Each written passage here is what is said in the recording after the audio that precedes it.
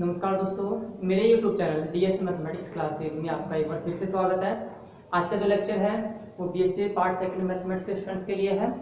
इसमें हम paper second differential equation की बात करेंगे और ये जो लेक्चर है ये आपके डिफरेंशियल इक्वेशन के चैप्टर 1 से रिलेटेड है। और इस लेक्चर के अंदर हम चरों के पृथक्करण से रिलेटेड कुछ इंपॉर्टेंट क्वेश्चंस की बात करेंगे और साथ ही साथ एग्जांपल्स की भी बात करेंगे, ठीक है। जिनमें से एक एग्जांपल है आपका एग्जांपल नंबर 7 और एक क्वेश्चन है आपका एक्सरसाइज 1.2 से क्वेश्चन नंबर 4, ठीक है। ये दोनों क्वेश्चन ही आपके एग्जाम के पॉइंट ऑफ व्यू से काफी इंपॉर्टेंट है, ठीक है भाई। तो देखिए इनको सोल्व कैसे करना है चरों के पृथक्करण विधि से। तो देखिए आपको एग्जांपल 7 दिया गया है 3e की power x tan y dx plus 1 minus e की power x sec square y dy बराबर 0, ठीक है। ये आपको डिफरेंशियल इक्वेशन दी गई है जिसका रूप क्या है m dx plus n dy बराबर 0, ठीक है। इस डिफरेंशियल इक्वेशन का रूप कैसा है m dx plus n dy, या फिर आप इसको किस प्रकार से लिख सकते हो m plus n into dy upon dx बराबर 0, ठीक है। आप इस डिफरेंशियल इक्वेशन को इस प्रकार से लिख सकते हो, ठीक है। अब देखो इस प्रकार के डिफरेंशियल इक्वेशन कौन सी डिफरेंशियल इक्वेशन होती है, ये जो डिफरेंशियल इक्वेशन होती है ये प्रथम कोटि तथा प्रथम घात की डिफरेंशियल इक्वेशन होती है, ठीक है भाई। कौन सी अवकल समीकरण होती है, प्रथम कोटि और प्रथम घात की अवकल समीकरण, जिनमें आपका फर्स्ट मेथड है चरों के पृथक्करण का मेथड, ठीक है। तो देखिए इस मेथड से कैसे सोल्व करना है इसको। तो देखो यहाँ पे आपको करना क्या है इस मेथड से, इस मेथड से dx के साथ आपको x की टर्म कंटेंट करनी है, ठीक भाई। dx के साथ आप x की टर्म्स को एक साथ करो और dy के मल्टीपल में कौन होनी चाहिए, y की सभी टर्म्स होनी चाहिए। लेकिन आप यहाँ पे देखते हो कि dx के साथ किसकी टर्म मल्टीप्लाई है, x की तो है ही, साथ साथ किसकी टर्म भी है, y की। और इसी प्रकार dy के साथ y की टर्म तो है ही, साथ साथ कौन सी टर्म एग्जिस्ट है, x की टर्म भी एग्जिस्ट है, ठीक है। तो इसको सोल्व कैसे करना है, इसको सोल्व करने के लिए आपको क्या करना पड़ेगा, चरों का पृथक्करण करना पड़ेगा, ठीक है। तो देखो इस डिफरेंशियल इक्वेशन को आप इसको क्या लिख सकते हो 3e की power x tan y dx बराबर, इसको आरएचएस में लेके जाओगे तो माइनस में हो जाएगा और ये माइनस से मल्टीप्लाई होकर क्या बना देगा e की power x minus 1 into sec square y dy, ठीक है। अब क्या करना है आपको, अब आपको चरों का पृथक्करण करना है, ठीक है। तो चरों के पृथक्करण विधि से, चरों के पृथक्करण विधि से देखो क्या लिख सकते हैं इसको लिख सकते हैं 3e की पावर x dx बटा e की पावर x माइनस 1 बराबर sec स्क्वायर y बटा tan y इंटू dy, ठीक है। तो यहाँ पे आपने क्या किया, चरों का पृथक्करण कर लिया। अब dx के साथ x की सारे टर्म है और dy के साथ y के सभी टर्म है, ठीक है। अब क्या करना है आपको, दोनों पक्षों का समाकलन करना है, ठीक है। क्या करना है आपको, दोनों पक्षों का समाकलन करना है, ठीक है। तो दोनों पक्षों का समाकलन करने पर, तो देखो दोनों पक्षों का समाकलन करने पर क्या आता है 3 integration e to the power x dx बटा e to the power x minus 1 बराबर integration sec square y dy बटा tan y, ठीक है। अब इसको कैसे सोल्व करना है, इस इंटीग्रेशन में आप देखते हो कि आपको इस इंटीग्रेशन में कैसा फंक्शन चूज करना है जिसका डिफरेंशिएशन इस इंटीग्रेशन में एग्जिस्ट हो, ठीक है। तो आप यहाँ पे देखते हो e की पावर x माइनस 1, e की पावर x माइनस 1 है, इसका डिफरेंशिएशन क्या होता है e की पावर x और x का क्या होता है dx, तो e की पावर x dx क्या है, इस इंटीग्रेशन में एग्जिस्ट है, तो ठीक है। इसको किस तरह रिप्लेस कर दो, वेरिएबल से, और उसको भी किसी न किसी अन्य वेरिएबल से रिप्लेस कर दो। कहने का मतलब आपको समाकलन किस विधि से करना है, प्रतिस्थापन विधि से समाकलन करना, ठीक है। तो उसको आप e की पावर x माइनस 1 को तो आप मान लीजिए p और tan y को मान लीजिए q, ठीक है। अब इनका डिफरेंशिएशन करो तो इसका डिफरेंशिएशन क्या हो जाएगा, e की पावर x माइनस 1 का e की पावर x dx बराबर dp, इसी प्रकार tan y बराबर q का क्या हो जाएगा sec स्क्वायर y dy बराबर dq, ठीक है। अब आप देखते हो e की पावर x dx किसके बराबर आ गया, dp के बराबर, और sec स्क्वायर y dy किसके बराबर आ गया, dq के बराबर। इनकी वैल्यूज आप कहाँ रिप्लेस कर दो, इनकी वैल्यू आप इंटीग्रेशन में रिप्लेस कर दो, ठीक है। तो देखो इंटीग्रेशन की वैल्यू क्या हो जाएगी 3 इंटीग्रेशन dt अपॉन p बराबर इंटीग्रेशन dq बटा q, ठीक है। आप जानते हैं 1/p का इंटीग्रेशन क्या होता है, 1/x का इंटीग्रेशन x के सापेक्ष log x, तो 1/p का क्या हो जाएगा p के सापेक्ष log p। इसी प्रकार d 1/q का q के सापेक्ष क्या हो जाएगा इंटीग्रेशन, 1/q का log q इंटीग्रेशन हो जाएगा। ठीक है, तो इंटीग्रेशन क्या हो गया, ये हो गया 3 log p बराबर log q प्लस, अब आप देखते हो कि यहाँ पे जो इंटीग्रेशन से जो भी आपका फंक्शन निकला है वो फंक्शन किस में, log फंक्शन है, तो आप इंटीग्रेशन के साथ में जो समाकलन नियतांक जोड़ोगे उसको भी किस में ले लो, log के टर्म में ले लो। ठीक है, इससे आपको क्या बेनिफिट मिलेगा कि सिंप्लीफिकेशन करने में आपको आसानी होगी। ठीक है, अब आप देखते हो log m plus log n कितना होता है, log m plus log n होता है log mn। ठीक है, तो ये हो गया 3 log p बराबर log q c। ठीक है, अब आपको पता है m log n क्या होता है, m log n होता है log n की पावर m। ठीक है, तो आप इस फॉर्मूले से इसको इस प्रकार से लिख सकते हो, log p q बराबर log q c। अब आप क्या कीजिए, दोनों पक्षों का एंटी लॉग ले लो। ठीक है, दोनों पक्षों का प्रतिलघु गुणक लेने पर देखो क्या आएगा, दोनों पक्षों का प्रतिलघु गुणक लेने पर ये हो जाएगा p क्यूब बराबर qc। ठीक है, क्या हो जाएगा p क्यूब बराबर qc, और t और q की वैल्यू रिप्लेस कर दीजिए, तो p की वैल्यू क्या है, p की वैल्यू है e की पावर x माइनस 1 का होल क्यूब बराबर 10y c 10y। ठीक है, तो ये क्या हो गया, ये आपकी डिफरेंशियल इक्वेशन का सॉल्यूशन हो गया।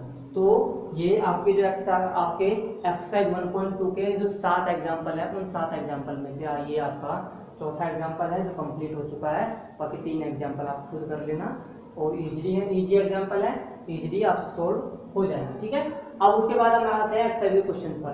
तो एक्सरसाइज क्वेश्चन पे सबसे टिपिकल क्वेश्चन है आपका क्वेश्चन नंबर 4, बाकी के जो भी क्वेश्चन है 1 2 3 वो सभी इजी हैं। तो क्वेश्चन नंबर 4 पर देखिए, 4 पे आप क्वेश्चन नंबर 4 देखते हो, क्वेश्चन नंबर 4 क्या है, a into x d y upon d x plus 2y बराबर x y into d y upon d x. ठीक है, इस प्रकार के डिफरेंशियल इक्वेशन को सोल्व कैसे करना है, इस प्रकार के डिफरेंशियल इक्वेशन को भी आपको अगेन उसी प्रकार सोल्व करना है जैसे हमने इस डिफरेंशियल इक्वेशन किया। कौन से मेथड से करना है, चरों के पृथक्करण मेथड से, क्योंकि ये कैसे टाइप की डिफरेंशियल इक्वेशन है, प्रथम कोटि तथा प्रथम घात की डिफरेंशियल इक्वेशन है। ठीक है, इसको सोल्व आप सबसे पहले किस मेथड से करोगे, आप करोगे चरों के पृथक्करण विधि से। ठीक है, और अगर नहीं होता तो उसके बाद हम आपको नेक्स्ट मेथड बताते जाएंगे और आप उसी के अकॉर्डिंग सोल्व करते जाओ। ठीक है, तो देखो इसको सोल्व कैसे करना है। इसको सोल्व करने के लिए आपको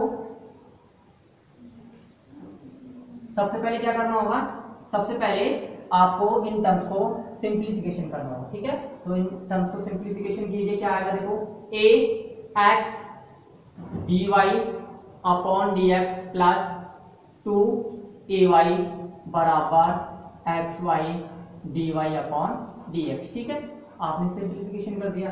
अब dy अपॉन dx की टर्म आप एक साइड लीजिए। ठीक है, तो dy अपॉन dx की टर्म एक साइड लेके चलते हो तो ये तो हो जाएगा ax minus xy into dy upon dx बराबर माइनस 2ay। ठीक है, इन दोनों टर्म्स से तो आपने क्या ले लिया, कॉमन ले लिया, dy अपॉन dx और इस 2ay को आपने कहा बेसिस को RHS में देखते तो यहाँ पे किसका हो जाएगा, माइनस का हो जाएगा। ठीक है, अब आप देखते हो इस टर्म से क्या कॉमन आ रहा है, इस टर्म से कॉमन आ रहा है x। ठीक है, तो आप इसको ऐसे लिख सकते हो, ax into a minus y d y upon d x बराबर माइनस 2ay। ठीक है, अब आप देख सकते हो कि dy के साथ y के टर्म्स को आप एक साथ लेके आ सकते हो और dx के साथ x के टर्म्स को आप व्यवस्थित कर सकते हो। तो यहाँ पे कौन सा मेथड लगाओगे, चरों के पृथक्करण विधि से। ठीक है, कौन सी विधि लगाओगे यहाँ पे, चरों के पृथक्करण विधि से। चरों के पृथक्करण विधि में करना क्या है आपको, dx के साथ x की सभी टर्म्स लेके आओ और dy के साथ y के साथ y की सभी टर्म्स को एक साथ लिखो। ठीक है, तो देखो आप क्या आ रहा है यहाँ पे, a माइनस वाई बटा 2ay dy बराबर माइनस dx बटा x। ठीक है, अब इस 2ay के इसमें क्या दे दो, अगेन भाग देते हैं इस 2ay का लगभग भाग देते हैं तो क्या आ रहा है, ये आ रहा है 1 अपॉन 2y, या फिर आप ऐसे करो, यहाँ से ay ही तो आप सिर्फ क्या लो, ay ही आप इसे ay से डिवाइड करो, ना कि 2ay से, तो ये हो जाएगा माइनस पर 2 dx अपॉन x। ठीक है, अब इस ए वाई का भाग दो, तो इस ए वाई का भाग देते हो तो ये तो हो जाएगा 1/y minus 1/a into d y बराबर -2 dx बटा x। ठीक है, अब क्या करना है आपको, अब आपको दोनों पक्षों का समाकलन करना है। ठीक भाई, क्या करना है आपको, दोनों पक्षों का समाकलन करना है। तो देखिए दोनों पक्षों का समाकलन क्या होगा, दोनों पक्षों का समाकलन करने का। ठीक है, दोनों पक्षों का समाकलन करने का। ठीक है, दोनों पक्षों को समाकलन करने पे क्या आएगा, आता है देखिए integration 1/y minus 1/a into d y बराबर -2 इंटीग्रेशन dx अपॉन x। ठीक है, अब आप देखते हो 1/y का समाकलन क्या होता है y के सापेक्ष, ये तो हो गया log y। ठीक है, और -1/a क्या है, कांस्टेंट है, तो dy का क्या हो जाएगा समाकलन, हो जाएगा y। ठीक है, तो ये हो जाएगा -y अपॉन a बराबर -2 1/x का समाकलन क्या होगा x के सापेक्ष, ये हो जाएगा log x, और साथ में आप क्या ऐड कर दो, समाकलन नियतांक log c।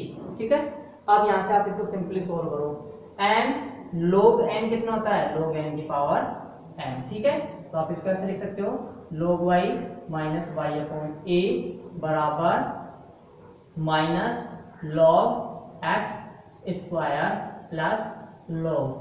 ठीक है, अब आप जाते हो log m minus log n क्या होता है, log m बटा n। ठीक है, क्या होता है log m बटा n, तो आप इसको क्या लिख सकते हो, log c बटा x स्क्वायर। अब इस log को अगेन आप इधर लेके आ सकते हो, इस log को आप लेफ्ट हैंड साइड में लेके आओ और इस y अपॉन a को राइट हैंड साइड में ले जाओ, तो ये हो जाएगा log y minus log c बटा x स्क्वायर बराबर y अपॉन a। अब log m minus log n का फॉर्मूला लगाओ तो log m बटा n। ठीक है, ये हो जाएगा y upon c upon x square बराबर y अपॉन a। दोनों पक्षों का क्या ले लो, प्रतिलघु गुणक, दोनों पक्षों का प्रतिलघु गुणक लेने पर। ठीक है, दोनों पक्षों का प्रतिलघु गुणक लेने पे क्या आंसर आएगा, ये हो जाएगा x स्क्वायर y बटा c बराबर e की पावर y अपॉन a, और इस c को मल्टीप्लाई कर दो तो ये हो जाएगा x स्क्वायर y बराबर c e की पावर y अपॉन a, जो कि क्या है, इस डिफरेंशियल इक्वेशन का रिक्वायर्ड सॉल्यूशन है। ठीक है, इस डिफरेंशियल इक्वेशन में क्या है, ये रिक्वायर्ड सॉल्यूशन है। अब इसके बाद नेक्स्ट आता है आपका क्वेश्चन नंबर 8। ठीक है, नेक्स्ट इसके बाद एक क्वेश्चन आता है आपका जो कि टफेस्ट है, एक्सरसाइज क्वेश्चन टफ है ज़्यादा, उसको किस प्रकार सोल्व करना वो भी देखिए। जो इजी क्वेश्चन है वो मैं आपको नहीं कराऊंगा, जो टफ है सिर्फ वही मैं आपको करवाऊंगा सोल्व। ठीक है, तो देखो क्वेश्चन नंबर 8 क्या है, क्वेश्चन नंबर 8 है y minus x d y upon d x बराबर 3 into 1 plus x square d y upon d x.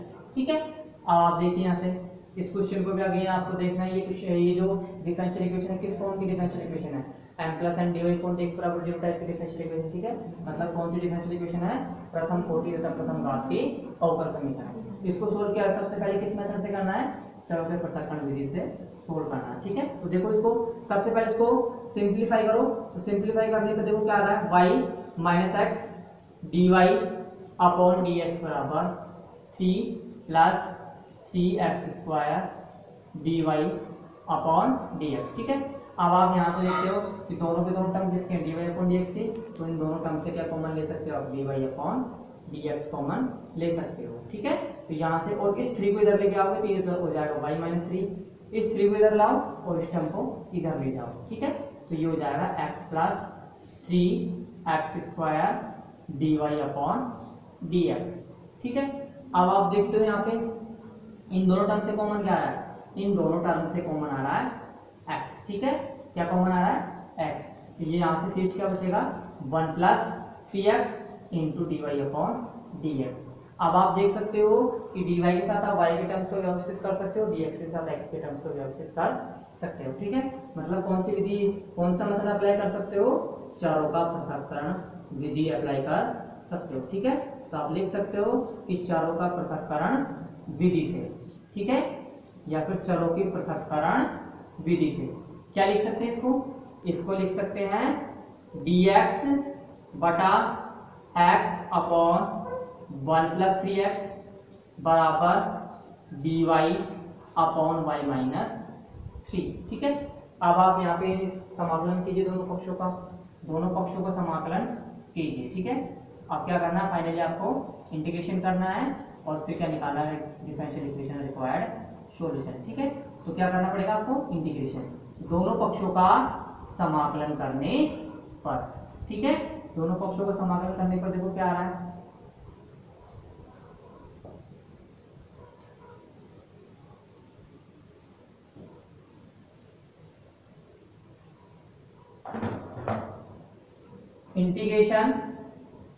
Integration dx बटा x अपॉन 1+3x बराबर integration dy upon y minus 3। ठीक है, अब आप देखते हैं इस इंटीग्रेशन में दो फैक्टर हैं जिनकी घात कितनी है, जिनकी घात 1 है। ठीक है, तो इस प्रकार के इंटीग्रेशन को आप किस मेथड से सोल्व करोगे, इस प्रकार के इंटीग्रेशन को आप सोल्व करोगे आंशिक भिन्नों के द्वारा। कहने का मतलब है इस भिन्न को किस में तोड़ोगे, आप इस भिन्न को वियोजित करोगे आंशिक भिन्नों में, और फिर तब जाके आपको क्या करना है, समाकलन करना है। ठीक है, तो देखो आंशिक भिन्नों में कैसे इसको वियोजित करना है, आपको पता है कि 1 अपॉन x इंटू 1+3x को आप क्या लिख सकते हो, कहने का मतलब है इस भिन्न को आप किस प्रकार से लिख सकते हो, इस भिन्न के हल में कितने फैक्टर हैं, दो फैक्टर है जिनकी घात कितनी है 1। ठीक है, तो इस फैक्टर को आप किस प्रकार से लिख सकते हो कि 1 अपॉन x इंटू 1+3x बराबर a upon x plus b upon 1+3x। ठीक है,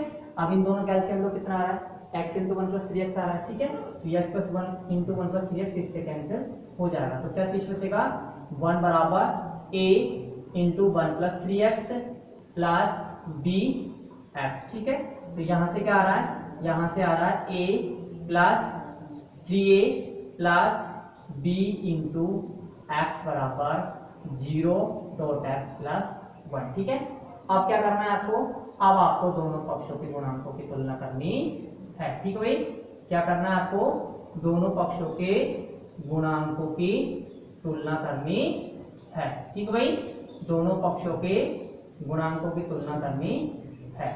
तो देखो तुलना करने पे क्या आ रहा है, तुलना करने पे आ रहा है a का मान तो कितना आ रहा है, a का मान आ रहा है 1 और 3a प्लस b का मान कितना आ रहा है 0। ठीक है, अब a का मान बना रहा है, a का मान यहाँ रिप्लेस करो, तो 3 इंटू 1 प्लस b बराबर क्या होगा 0। डेट मीन्स b की वैल्यू कितनी होगी, b की वैल्यू हो गई -3। तो इस a और b की वैल्यू से इक्वेशन में रिप्लेस कर दो, जिससे किसी में रिप्लेस करने पे आपको क्या मिलता है, आपको मिलता है इंटीग्रेशन 1 अपॉन x प्लस -3 बटा 1 plus 3x into D x बराबर integration dy upon y minus 3। ठीक है, अब आप देखते हैं यहाँ पे प्लस चिन्ह है, यहाँ पे माइनस है, तो दोनों मल्टीपल होकर कितना बना देंगे, माइनस का चिन्ह बना देंगे। ठीक है, तो देखो ये हो जाएगा integration 1 upon x dx minus integration 3 dx upon 1 plus 3x बराबर integration dy upon y minus 3। ठीक है, 1 अपॉन x का समाकलन कितना होगा, 1 अपॉन x का समाकलन होगा log x। इसी प्रकार 1 प्लस 3x का समाकलन कितना होगा, 1 प्लस 3x का समाकलन होगा log 1 प्लस 3x। ठीक है, और 1 अपॉन y माइनस 3 का समाकलन भी कितना होगा, log y minus 3 plus log c। ठीक है, अब आप देखते हो log m minus log n के फॉर्मूले से इसको क्या लिख सकते हो, log m बटा n के रूप में, तो log m minus log n का फॉर्मूला लगाओ, तो ये हो जाएगा log x बटा 1 प्लस 3x। ठीक है, और log m plus log n कितना होता है, log m इंटू n, तो ये हो जाएगा log c into y minus 3। ठीक है, अब क्या करो, दोनों पक्षों का एंटीलॉग लो। ठीक है, दोनों पक्षों का प्रतिलघु बना के लेने पर, दोनों पक्षों का प्रतिलघु बना लेते हैं तो देखो क्या आ रहा है, एंटीलॉग लेने पर देखो क्या आ रहा है, एंटीलॉग लेने पर आ रहा है एक्स अपॉन 1 प्लस 3x बराबर c into y minus 3। That means x बराबर क्या हो जाएगा c into y minus 3 into 1 plus 3x। ठीक है, जो कि क्या है, जो कि इस रिक्वायर्ड डिफरेंशियल इक्वेशन का इस डिफरेंशियल इक्वेशन क्या है, रिक्वायर्ड सॉल्यूशन। ठीक है, तो इस क्वेश्चन का सॉल्यूशन ये होगा। फिर इसके बाद नेक्स्ट क्वेश्चन आता है आपका क्वेश्चन नंबर 11। ठीक है, नहीं, question number 10।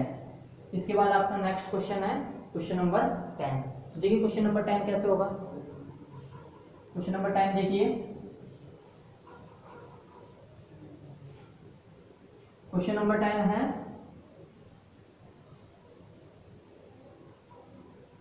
2ax plus x square into dy upon dx बराबर a स्क्वायर प्लस 2ax। ठीक है, a स्क्वायर प्लस 2ax। अब इस डिफरेंशियल इक्वेशन आप देखते हो, इस डिफरेंशियल इक्वेशन का रूप कैसा है, इस डिफरेंशियल इक्वेशन का रूप m plus n dy upon dx type का। दैट मींस एक इस टाइप की डिफरेंशियल इक्वेशन है, first order and first degree की डिफरेंशियल इक्वेशन है। तो इसको सोल्व करने का सबसे पहला मेथड कौन सा है, चरों के पृथक्करण विधि से। लेकिन आप देखते हो कि यहाँ पे dy अपॉन dx के साथ किसके टर्म मल्टीप्लाई है, x की, और राइट हैंड साइड में किसकी टर्म है, एग्जिस्ट है, x की टर्म एग्जिस्ट है। ठीक है, तो आप डायरेक्टली कौन सा मेथड अप्लाई कर सकते हैं यहाँ पर, चरों का पृथक्करण मेथड। ठीक है, देखो चरों के पृथक्करण विधि से, चरों के पृथक्करण विधि से। ठीक है, चरों के पृथक्करण विधि से क्या लिख सकते हो आप, इसको लिख सकते हो dy बराबर a स्क्वायर प्लस 2ax बटा 2ax plus x square into dx। ठीक है, अब आप देखते हो कि यहाँ पे चर पृथक हो चुके हैं, dy के साथ y के सभी टर्म्स एग्जिस्ट हैं और dx के साथ x के टर्म्स एग्जिस्ट है। ठीक है, लेकिन आप देखते हो कि यहाँ पे हर के अंदर क्या कॉमन आ रहा है, हर के अंदर कॉमन आ रहा है x। ठीक है, हर के अंदर कौन सी टर्म कॉमन आ रही है, x कॉमन आ रही है, तो आप इसको x कॉमन करके भी लिख सकते हो। ठीक है, मतलब आप इसको इस प्रकार लिख सकते हो dy बराबर a स्क्वायर प्लस 2ax बटा x into x plus 2a into dx। ठीक है, अब देखो यहाँ पे हर के अंदर कितने फैक्टर हैं, हर के अंदर 2 फैक्टर हैं, दोनों फैक्टर की घात कितनी है, 1। तो आप इसको किस प्रकार से लिख सकते हो, इस फैक्टर को आप लिख सकते हो जैसे हमने ये क्वेश्चन सोल्व किया था, इसी प्रकार से इस फैक्टर को लिख सकते हो आप a upon x plus d upon x plus 2 रूप में। ठीक है, that means a square plus 2ax बटा x इंटू एक्स प्लस 2 को आप किस प्रकार लिख सकते हो, a upon x plus b upon x plus 2a। ठीक है, अब यहाँ से आपको करना क्या है, यहाँ से इनका एलसीएम लेना है और एलसीएम लेने के पश्चात आपको क्या करना है, a और b की वैल्यू फाइंड आउट करनी है। ठीक है, तो यहाँ से एलसीएम लो, एलसीएम आएगा तो किसके बराबर, इसके बराबर, दैट मींस ये कैंसिल हो जाएगा। तो क्या शेष बचेगा, a स्क्वायर प्लस 2ax बराबर a into x plus 2a plus bx। ठीक है, आप देखो यहाँ से आप इसको सोल्व करो, यहाँ से सोल्व करने पे आपको क्या मिल रहा है, यहाँ से सोल्व करने पे मिल रहा है a स्क्वायर प्लस 2ax बराबर 2a small a capital A plus a plus b into x. ठीक है, ये आपको मिल रहा है। अब आपको करना क्या है, अब आपको इस इक्वेशन के अंदर बोथ साइड का करना है, बोथ साइड आपको क्या नाम से, आपको x के कोएफिशिएंट की क्या करनी है, तुलना करनी है। ठीक है भाई, मतलब आपको दोनों पक्षों की क्या करना है, गुणांकों की तुलना करनी है। इसमें भी क्या करना है, x के घातों की गुणांकों की तुलना। तो यहाँ पे x की घात 1 का गुणांक a प्लस b है और यहाँ पे x की घात 1 का गुणांक 2a है। इसी प्रकार यहाँ पे x की पावर 0 का गुणांक कितना है, 2a, और यहाँ पे x की पावर 0 का गुणांक कितना है, यहाँ पे स्मॉल a स्क्वायर। ठीक है, तो देखो दोनों पक्षों में x की घातों के गुणांकों की तुलना करने का। ठीक है, क्या करोगे अब, दोनों पक्षों में x की घातों के गुणांकों की तुलना करनी पर। ठीक है,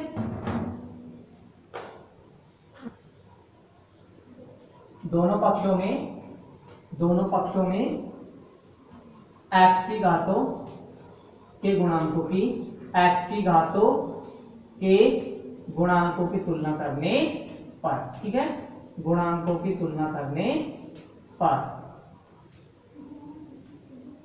देखो क्या आ रहा है तुलना करने पर, 2 small a into capital A बराबर तो आ रहा है a स्क्वायर और a प्लस b बराबर आ रहा है 2a, ठीक है।